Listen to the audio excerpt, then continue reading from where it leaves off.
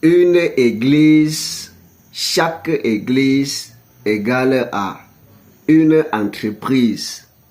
Oui, vous m'avez suivi.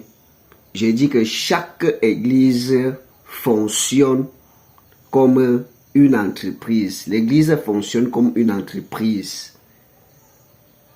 Je vous explique le pourquoi.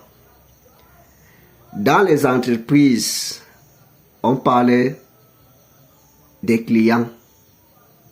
Et pour aller plus loin des clients, on va même aller pour parler des clients potentiels. Dans l'entreprise, il y a de la marchandise. Ça veut dire le produit. Il y a le DG. Il y a les employés. C'est le même principe avec la religion ou les appartenances. Où le prêtre ou les pasteurs sont des DG. Oui, oui.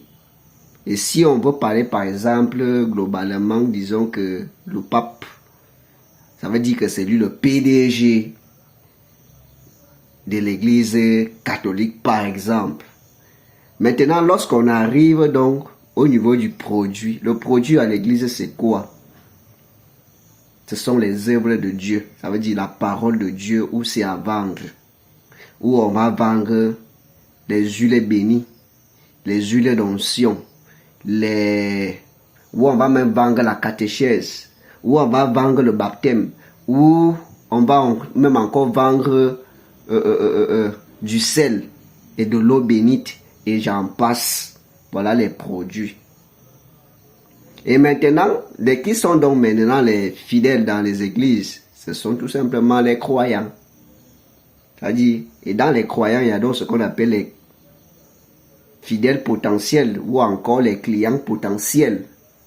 Oui, rien à voir avec donc la spiritualité, rien à voir avec Jésus qui veut que l'homme mène une vie de vérité, que l'homme mène une vie d'honnêteté, que l'homme mène une vie de droiture. Et quand il est ferme dans ses décisions, en ce moment, le Seigneur Jésus peut le témoigner, même s'il est seul au milieu de nulle part, il sera témoigné, établi et élevé par le Tout-Puissant.